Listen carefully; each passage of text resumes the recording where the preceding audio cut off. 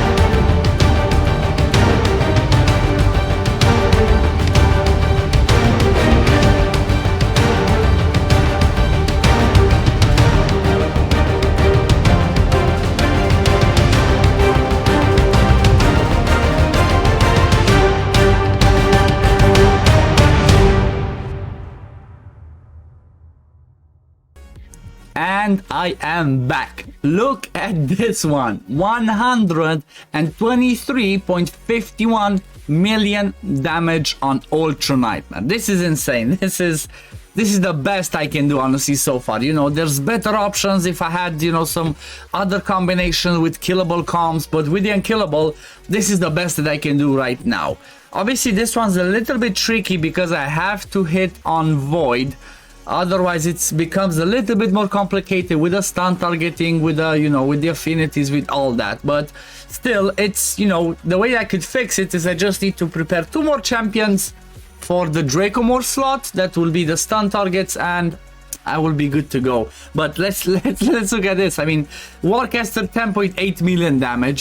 He did as much as he could. Instead of Warcaster, I could use another Helicath, or I could use a Serdnek, or a Roshcard, or a Demetha. If you do not fully book her A3, if you keep her A3, the block damage on a 4-turn cooldown, that's what you could use in this slot. But the best champion that could come in here would obviously be Helicath, because I think he actually does a lot more damage than like Serdnek would do in this team. Like, if I remember correctly, watching Scratch Batman Forever teams where he used double Serdneks, they did like 11 million. Well, Helicath does 18.5 million, which is a lot more. Then Ninja, obviously the man of the hour, 50.3 million damage. That's insane. You know, I tried to give him my, like, you know, the best of the best that I have on my account. My gear is not the craziest in the world, but it's great gear. It's pretty good gear. You know, there's better. There's definitely a lot better out there, but still, 50.3 million in Relentless, it's definitely a huge amount of damage. Then we have, let me move myself a bit here. Then we have Seeker. Seeker, it was a little bit complicated and I kind of broke him, but I'm quite sure I can tweak this. And, you know, after I come back, because, you know, I'm currently on holiday, should be back the next day or something after this video comes out. But after I come back, I might tweak this and check this a little bit, because I kept getting the stun on Seeker, but that was because of the fact that I had the wrong mastery on Helicath that need to bear in mind.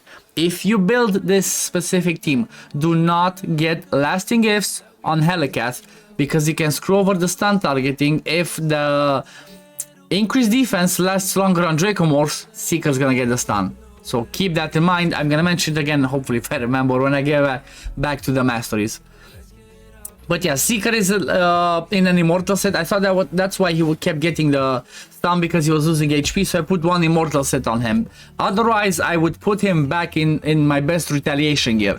People that you have, like, instead of Ninja and Dracomorph, which can have Relentless, if you have them at specific speeds, so apart from these two, you can use Retribution, retaliation gear, which, you know, counterattacks every time there's a chance to counterattack every time they're hit on the other three champions, if you have good enough retaliation. I'm quite sure I can get Warcaster and Seeker both in retaliation, but, you know, it's like this one was quite quick.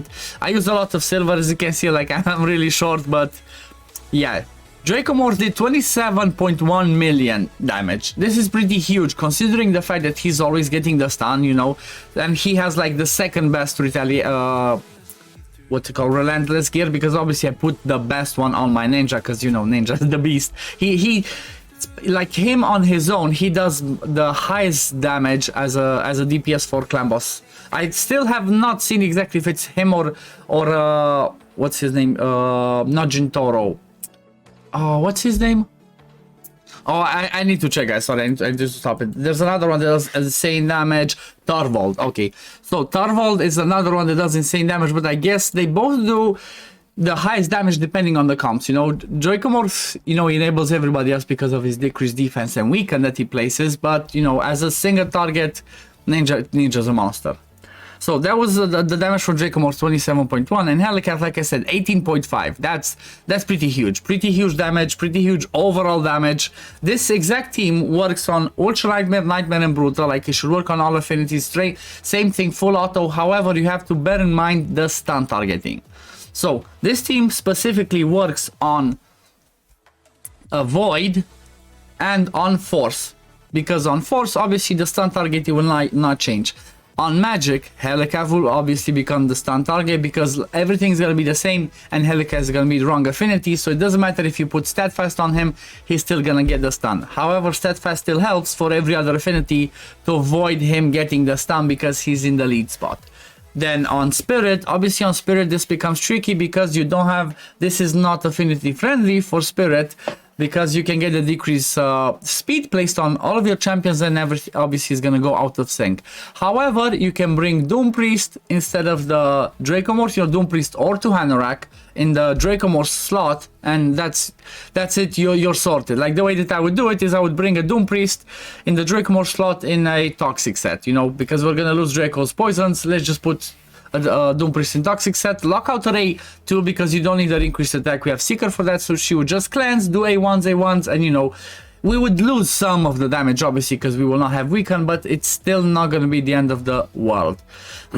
Another way that we could do there, like, honestly, we could even bring, but I'm not sure it's worth getting Ninja out, but you could use Doom Priest and Geomancer, but I guess having two wrong affinities does not help. On Magic, again, on Magic we need somebody else to be the stun target, and we need a Spirit stun target, and the one that I was thinking about was Farrakhan the Fat. And if I would bring Farrakhan the Fat in here, I would put him in A, because I'm getting short on Relentless, obviously. I would put Ferrokin the Fat in a reflex gear, so he comes back to his A2 and A3 as often as possible, you know, even though he's gonna keep getting those stuns. So on the other ones, we're gonna lose the weekend that Dracomorph provides. However, it's, you know, it's still gonna do insane damage, still gonna be an easy 1-key Ultra Nightmare.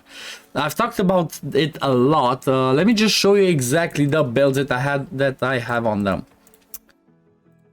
So, first things first, the Man of the Hour Ninja, like I said, relentless and cruel.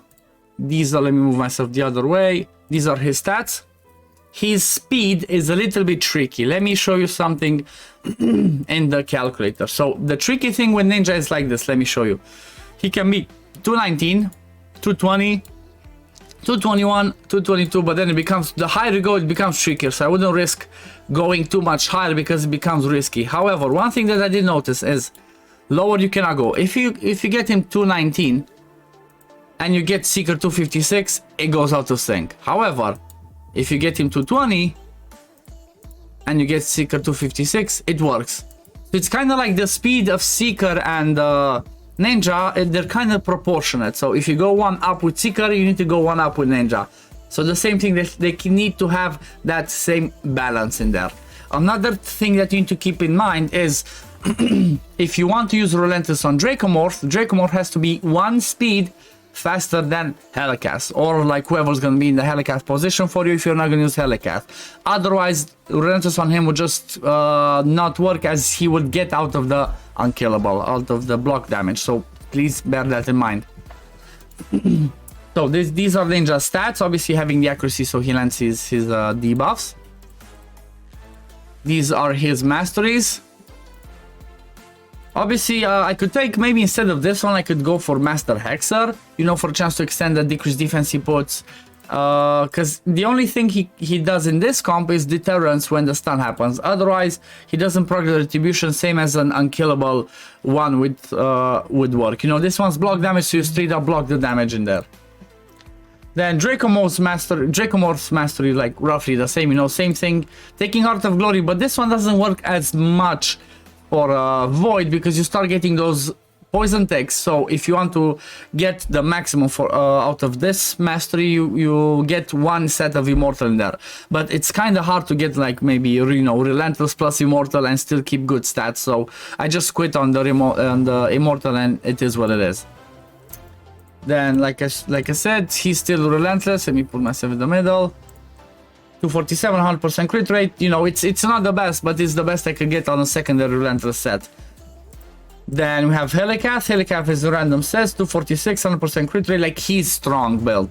283% crit damage, 4.7k defense. Like, I don't have any accuracy on him. Honestly, I don't have any accuracy on him to place the weekend. However, if I'm gonna be keeping this team, I think I'm actually gonna give him some accuracy as well, because, like I said, since we need different DPSs on Spirit and Magic, those DPSs will not bring us weaken, so we lose on overall damage. So having him have accuracy gives us a chance that he places his weaken, and obviously having the weaken, we do more damage with the Warcaster with overall damage. I already took him down this tree because I want him to have, you know, steadfast, to make sure that he doesn't take the stun, since I'm using him as the lead for extra defense for himself and everybody else. And I already took my Master Hex and a Sniper, you know, preparing for when I'm gonna use him with weaken, which is gonna be obviously as soon as I come back from holiday and rebuild him. Then Warcaster, random builds, same masteries with deterrence in there, as you can see behind me. Let me put myself, I guess here's the perfect spot. So same masteries with Warmaster and deterrence in here. Then random builds, 280 speed. He can be from 278, that's the minimum. So you need him to be minimum of 278. If he's lower, it doesn't work.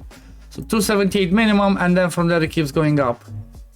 Let me see, something I think goes funky here because of, oh yeah, because of Seeker speeds, because I showed it that it's wrong if it goes too high up. So yeah, if you have Warcaster, you need Warcaster to be 278 minimum. If you go lower, it becomes tricky. If you go lower, it becomes tricky, so it doesn't work. So 270 minus 280, so you know, it can go a little bit higher, but not too much, because after a point, see, it starts changing. So be careful when you adjust it, you know, try to, if you see that's not working, try to put every single thing in here, the right speeds, a lot of steals, sets that use everything. And then let's see the last one, Seeker. Like I said, Seeker I was trying to have in I was trying to have Seeker in retaliation, but I put him in immortal. I'm gonna change that, and I'm gonna try and add as many revenge accessories as I can, because guess what, the more revenge accessories you have, the higher chances you have of counter attacking, and the more you counter attack, the more damage you're gonna do from Warcaster procs. These are gonna help more, especially when facing affinity, because on the first AoE clan boss hits 4 times, on the second AoE clan boss hits 2 times. While you're on Void, it's only 1 hit on the first AoE and 1 hit on the second AoE. Keep that in mind if you're gonna try and take advantage of this, or like people like Brogni or Geomancer who benefit from multiple hits from their passives.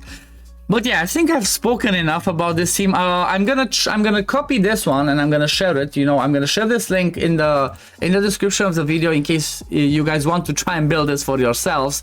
You know, the DPSs can be anybody you want, but for me, like, you know, I wanted to do my personal record, you know, to see how much can I actually do on Ultraime or on Unkillable, and you know, that's why I use the best of the best. But DPSs can be whoever. Dracomorph can be Ragnar, Fane, Anax, it doesn't matter.